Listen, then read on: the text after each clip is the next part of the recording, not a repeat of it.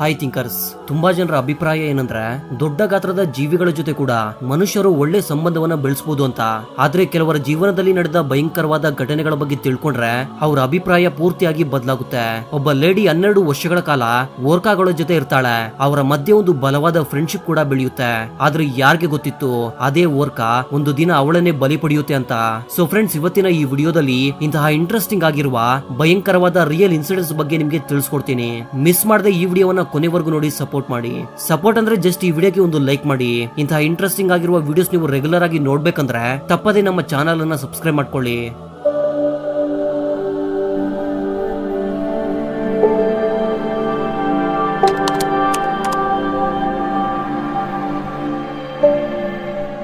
Number 1, Jessica Redcliff. Friends, ಜೆಸಿಕಾಳ story ಕೇಳಿದ್ಮೇಲೆ ಖಂಡಿತ ನೀವು ಕೂಡ ಶಾಕ್ ಆಗ್ಬಹುದು. ಯಾಕಂದ್ರೆ ನೀವು ಇಷ್ಟಪಡೋ ಜೀವಿ ನಿಮ್ಮ ಪ್ರಾಣವನ್ನೇ ತೆಗೆಯುತ್ತೆ ಅಂದ್ರೆ ಯಾರಿಗೆ ತಾನೇ ಶಾಕ್ ಆಗೋದಿಲ್ಲ ಹೇಳಿ. ಜೆಸಿಕಾಳ ಜೀವನದಲ್ಲಿ ಕೂಡ ಇಂತಹ ಒಂದು ಭಯಂಕರವಾದ ಘಟನೆ ನಡೆಯುತ್ತೆ. ಈಕೆಗೆ ಸಮುದ್ರ ಜೀವಿಗಳು ಅಂದ್ರೆ ತುಂಬಾನೇ ಇಷ್ಟ. ಅದಕ್ಕೆ ಅವುಗಳ ಜೊತೆ ಇರುವಂತಹ ಕೆಲಸವನ್ನೇ ಆಕೆ ಆಯ್ಕೆ ಮಾಡ್ಕೊಳ್ತಾಳೆ. ಯಾಕಂದ್ರೆ ಈಕೆಯ ತಂದೆ ಒಬ್ಬ ಬಯೋಲಾಜಿಸ್ಟ್ ಆಗಿದ್ರು. ಇವರು ಜೀವಿಗಳನ್ನ ತಮ್ಮ ಲ್ಯಾಬ್ಗೆ ತೆಗೆದುಕೊಂಡು ಬಂದು ಅವುಗಳ ಮೇಲೆ ರಿಸರ್ಚ್ ಅನ್ನ ಮಾಡ್ತಾ ಇದ್ರು. ಆಗಿನಿಂದಲೇ ಜೆಸಿಕಾಳ ಇಂಟ್ರೆಸ್ಟ್ ಪ್ರಾಣಿಗಳ ಮೇಲೆ ಶಿಫ್ಟ್ ಆಗುತ್ತೆ. ಅದರಲ್ಲಿ ಸಮುದ್ರದ ಜೀವಿಗಳ ಮೇಲೆ ತುಂಬಾನೇ ಹೆಚ್ಚು ಆಸಕ್ತಿಯನ್ನ ತೋರಿಸ್ತಾ ಇದ್ಲು.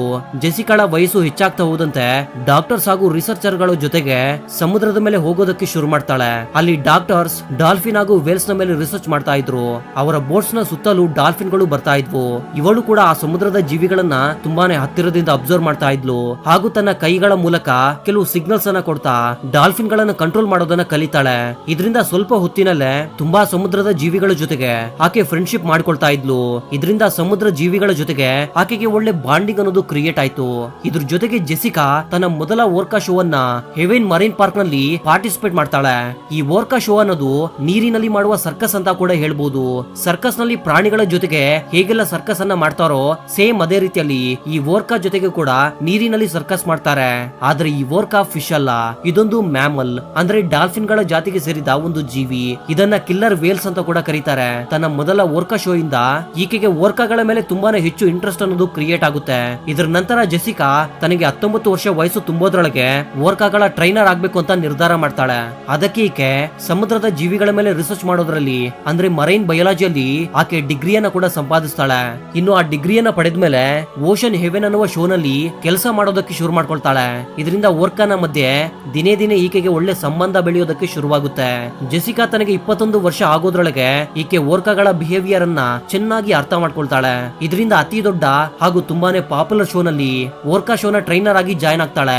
ಈ ಶೋ ನಲ್ಲಿ ಈಕೆ ಟ್ರೈನಿಂಗ್ ಕೊಡ್ತಾ ಇದ್ದ ಓರ್ಕಾಗಳು ಹೆಚ್ಚು ಕಡಿಮೆ 22 ಅಡಿಗಳಷ್ಟು ಉದ್ದವಾಗಿದ್ವು ಹಾಗೂ ಅದರ ತೂಕ ಸುಮಾರು 5400 kg ಆಗಿತ್ತು.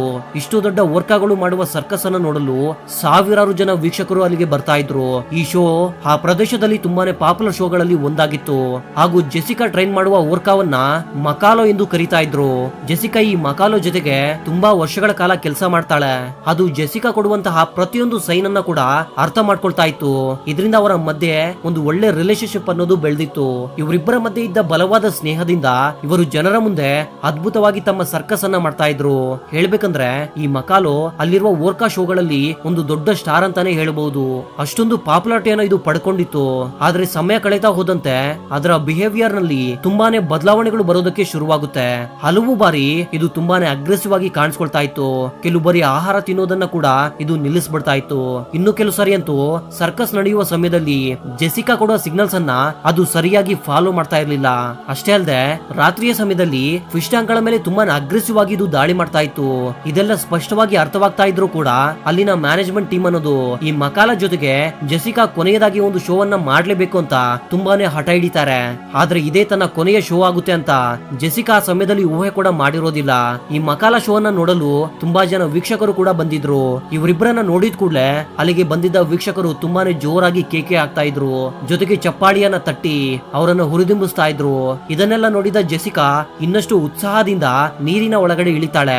ಈ ಕಡೆ ಓರ್ಕಾ ಕೂಡ ತುಂಬಾನೇ ಜೋಶಲ್ಲಿ ಸರ್ಕಸ್ ಮಾಡ್ತಾ ಇತ್ತು. ಇದರ ನಂತರ ಮಕಾಲ ಜೆಸಿಕಾ ಕೊಡುವ ಪ್ರತಿಯೊಂದು ಆರ್ಡರ್ ಅನ್ನ ತಪ್ಪದೆ ಫಾಲೋ ಮಾಡ್ತಾ ಇತ್ತು.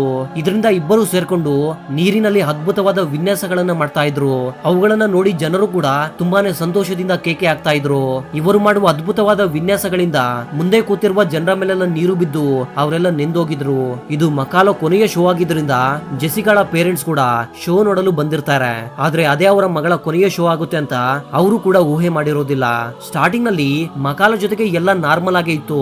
ಇದರಿಂದ ಜೆಸಿಕಾಳ ಕಾನ್ಫಿಡೆನ್ಸ್ ಕೂಡ ಇನ್ನೂ ಹೆಚ್ಚಾಗುತ್ತೆ. ಜೆಸಿಕಾ ಕೊಡುವ ಪ್ರತಿಯೊಂದು ಆರ್ಡರ್ ಅನ್ನ ಮಕಾಲೋ ಫಾಲೋ ಮಾಡುತ್ತೆ ಅಂತ ಅನ್ಕೊಳ್ತಾಳೆ. ಅದಕ್ಕೆ ಆ ಶೋನ ಕೊನೆಯ ಸ್ಟಂಟ್ ಅನ್ನ ಮಾಡೋದಕ್ಕೆ ಮಕಾಲೋ ಮೇಲೆ ಕೂತ್ಕೊಳ್ತಾಳೆ. ಇದ್ರ ನಂತರ ಮಕಾಲೋ ಆಕೆಯನ್ನ ನೀರಿನ ಒಳಗಡೆ ಕರ್ಕೊಂಡು ಹೋಗುತ್ತೆ. ಇನ್ನು ಅಷ್ಟೇ, ಜೆಸಿಕಾಳ ಸಂತೋಷ ಹೆಚ್ಚು ಸಮಯ ಇರೋದಿಲ್ಲ. ಯಾಕಂದ್ರೆ ಇದ್ದಕ್ಕಿದ್ದ ಹಾಗೆ ಆ ಮಕಾಲೋ ತನ್ನ ದವಡೆಗಳಲ್ಲಿ ಜೆಸಿಕಾಳನ್ನ ಬಲವಾಗಿ ಹಿಡಿದುಕೊಳ್ಳುತ್ತೆ. ನಿಜ ಹೇಳ್ಬೇಕಂದ್ರೆ ಆ ದಾಳಿ ತುಂಬಾನೇ ಭಯಂಕರವಾಗಿರುತ್ತೆ. ಆ ಶೋನಲ್ಲಿ ಕೂತಿರೋ ಜನರೆಲ್ಲ ಇದೆಲ್ಲವನ್ನ ತಮ್ಮ ಕಣ್ಣಾರೆ ನೋಡ್ತಾರೆ. ಇದರಿಂದ ಅಲ್ಲಿ ಕೂತಿರುವ ಜನರು ಬೆಚ್ಚಿ ಬೀಳ್ತಾರೆ. ಯಾಕಂದ್ರೆ ಇದೆಲ್ಲ ಅವ್ರು ಮಾಡ್ತಾ ಇರುವ ಸ್ಟಂಟ್ ಅಂತ ಎಲ್ಲರೂ ಅಂದ್ಕೊಳ್ತಾರೆ. ಆದ್ರೆ ಅಲ್ಲಿರುವ ಬೇರೆ ಟ್ರೈನರ್ಸ್ ತಕ್ಷಣ ಅಲರ್ಟ್ ಆಗಿ ಜೆಸಿಕಾಳನ್ನ ಕಾಪಾಡೋದಕ್ಕೆ ಬರ್ತಾರೆ. ಇದನ್ನೆಲ್ಲ ನೋಡಿದ ಜನರು ತುಂಬಾನೇ ಭಯ ಪಡ್ತಾರೆ. ಕೆಲವರಂತೂ ಅಲ್ಲಿಂದ ಓಡಿ ಹೋಗೋದಕ್ಕೆ ಟ್ರೈ ಮಾಡ್ತಾರೆ. ಟ್ರೈನರ್ಗಳು ಎಷ್ಟು ಪ್ರಯತ್ನಿಸಿದ್ರು ಕೂಡ ಜೆಸಿಕಾಳನ್ನ ಕಾಪಾಡೋದಕ್ಕೆ ಆಗ್ತಾ ಇಲ್ಲ. ಯಾಕಂದ್ರೆ ಆ ಸಮಯದಲ್ಲಿ ಮಕಾಲೋ ತುಂಬಾನೇ ಅಗ್ರೆಸಿವ್ ಆಗಿ ಬಿಹೇವ್ ಮಾಡ್ತಾ ಇತ್ತು. ಜೆಸಿಕಾಳನ್ನ ತನ್ನ ದವಡೆಗಳಲ್ಲಿ ಹಿಡ್ಕೊಂಡು ಆ ಫಿಶ್ ಟ್ಯಾಂಕ್ ನ ಗೋಡೆಗಳಿಗೆ ಆಕೆಯನ್ನ ಗುದ್ದೋದಕ್ಕೆ ಶುರು ಮಾಡುತ್ತೆ. ನಿಮ್ಗೆ ಗೊತ್ತಿರಬಹುದು, ಈ ದೈತ್ಯಕಾರದ ಜೀವಿಗಳ ದವಡೆಗಳು ತುಂಬಾನೇ ಬಲವಾಗಿರುತ್ತೆ. ಒಂದು ಬಾರಿ ಅವುಗಳ ಬಾಯಿಗೆ ಸಿಕ್ಕರೆ ಅವುಗಳಿಂದ ತಪ್ಪಿಸಿಕೊಂಡು ಬರೋದು ಇಂಪಾಸಿಬಲ್. ಆಲ್ಮೋಸ್ಟ್ ಆಕೆಯ ದೇಹದಲ್ಲಿರುವ ಎಲ್ಲಾ ಮೂಳೆಗಳು ಪೂರ್ತಿಯಾಗಿ ಮುರಿದೋಗಿದ್ವು. ಹಾಗೂ ನೀರೆಲ್ಲ ರಕ್ತದಿಂದ ಕೆಂಪು ಬಣ್ಣಕ್ಕೆ ಬದಲಾಗಿತ್ತು. ಕೊನೆಗೆ ಒಂದು ಬಲೆ ಹಾಗೂ ಹೈಡ್ರೋಲಿಕ್ ಮಷೀನ್ ಸಹಾಯದಿಂದ ಟ್ರೈನರ್ಸ್ ಮಕಾಲೋನ ಹಿಡಿದು ಬಂಧಿಸ್ತಾರೆ. ನಂತರ ಜೆಸಿಕಾಳನ್ನ ನೀರಿಂದ ಹೊರಗಡೆ ತೆಗೆದು ಹಾಸ್ಪಿಟಲ್ಗೆ ಕರೆದುಕೊಂಡು ಹೋಗ್ತಾರೆ. ಆದ್ರೆ ಡಾಕ್ಟರ್ಸ್ ಆಕೆ ಆಲ್ರೆಡಿ ಸತ್ತು ಹೋಗಿ ತುಂಬಾ ಹೊತ್ತಾಗಿದೆ ಅಂತ ಹೇಳ್ತಾರೆ. ಇದರಿಂದ ಆ ಶೋನ ನಡೆಸ್ತಾ ಇದ್ದ ಕಂಪನಿಯನ್ನ ಕ್ಲೋಸ್ ಮಾಡಿಸಲಾಗುತ್ತೆ. Number 2, Daniel Patrick Dukes. ಇವನು ಎಂತಹ ವ್ಯಕ್ತಿ ಅಂದ್ರೆ ಸ್ವಲ್ಪ ಹುಚ್ಚು ಕೆಲಸಗಳನ್ನು ಮಾಡೋದು ಅಂದ್ರೆ ಇವನ್ಗೆ ತುಂಬಾನೇ ಇಷ್ಟ. 6 ಜುಲೈ 1999 ಇಸವಿಯಲ್ಲಿ ಇವನು ಎಂತಹ ಹುಚ್ಚು ಕೆಲಸವನ್ನ ಮಾಡ್ತಾನೆ ಅಂದ್ರೆ ಅದರಿಂದ ಅವನು ಪ್ರಾಣನೇ ಕಳ್ಕೊತಾನೆ. ಇವನು ಸಾಮಾನ್ಯವಾಗಿ ಯಾವಾಗ್ಲೂ ಕೂಡ ನಶೆಯಲ್ಲಿ ಇರ್ತಾ ಇದ್ದ. ಅಂದ್ರೆ ಮದ್ಯಪಾನ ಹಾಗೂ ನಶೆ ಕೊಡುವಂತಹ ಕೆಲವು ಪದಾರ್ಥಗಳನ್ನ ಯಾವಾಗ್ಲೂ ಸೇವನೆ ಮಾಡ್ತಾ ಇದ್ದ. ಇವನು ನಶೆಯಲ್ಲಿ ತುಂಬಾನೇ ಹುಚ್ಚು ಕೆಲಸಗಳನ್ನ ಮಾಡಿ ಹಲವಾರು ಬಾರಿ ಜೈಲಿಗೆ ಕೂಡ ಹೋಗಿದ್ದ. 6 ಜುಲೈ 1995 ಇಸವಿಯಲ್ಲಿ ಇವನು ಸೀ ವರ್ಲ್ಡ್ ನ ಒಳಗಡೆ ಹೋಗೋದಕ್ಕೆ ತುಂಬಾನೇ ಟ್ರೈ ಮಾಡ್ತಾನೆ. ಅದು ಕೂಡ ಟಿಕೆಟ್ ಅನ್ನ ಖರೀದಿ ಮಾಡದೆ ಹೋಗೋದಕ್ಕೆ ತುಂಬಾ ಟ್ರೈ ಮಾಡ್ತಿದ್ದ.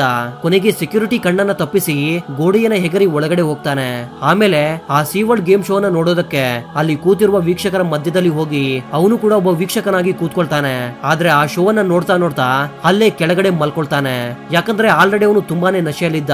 ಕೊನೆಗೆ ಇವನಿಗೆ ಎಚ್ಚರವಾಗುವ ಅಷ್ಟೊತ್ತಿಗೆ ಎಲ್ಲರೂ ಅಲ್ಲಿಂದ ಹೊರಟು ಹೋಗಿದ್ರು. ಆಗ ಸೀ ವರ್ಲ್ಡ್ ನ ಒಳಗಡೆ ಒಬ್ಬನೇ ಎಲ್ಲಾ ಕಡೆ ಸುತ್ತಾಡೋದಕ್ಕೆ ಶುರು ಮಾಡ್ತಾನೆ. ಆಮೇಲೆ ನೀರಲ್ಲಿ ಸ್ನಾನ ಮಾಡ್ಬೇಕು ಅಂತ ಅನ್ಸಿ ಎಲ್ಲಾ ಬಟ್ಟೆಗಳನ್ನ ಬಿಚ್ಚಿ ನೀರಿನಲ್ಲಿ ಸ್ನಾನ ಮಾಡೋದಕ್ಕೆ ಹೋಗ್ತಾನೆ. ಆದ್ರೆ ಆ ನೀರಿನಲ್ಲಿ ಓರ್ಕಾಗಳು ಮಲ್ಕೊಂಡಿದ್ವು. ಇವನು ನೀರಿನಲ್ಲಿ ಮಾಡುವ ಡಿಸ್ಟರ್ಬೆನ್ಸ್ ಗೆ ಅದರಲ್ಲಿ ಮಲಗಿದ್ದ ಓರ್ಕಾಗಳಿಗೆ ಎಚ್ಚರವಾಗುತ್ತೆ. ಇದರಿಂದ ಅವು ತುಂಬಾನೇ ಅಗ್ರೆಸಿವ್ ಆಗಿ ಇವನ ಮೇಲೆ ದಾಳಿ ಮಾಡ್ತವೆ. ಇವನ ದೇಹದಲ್ಲಿರುವ ರಕ್ತದಿಂದ ನೀರೆಲ್ಲ ಕೆಂಪು ಬಣ್ಣಕ್ಕೆ ಬದಲಾಗಿತ್ತು.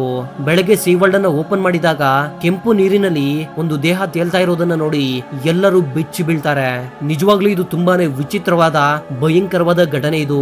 So that was the info my dear thinkers. ಮತ್ತೊಂದು ಇಂಟ್ರೆಸ್ಟಿಂಗ್ ಆದ ವಿಡಿಯೋ ಜೊತೆ ಮತ್ತೆ ಸಿಗ್ತೀನಿ. ಅಲ್ಲಿವರೆಗೂ ಜೈ ಹಿಂದ್, ಜೈ ಕರ್ನಾಟಕ.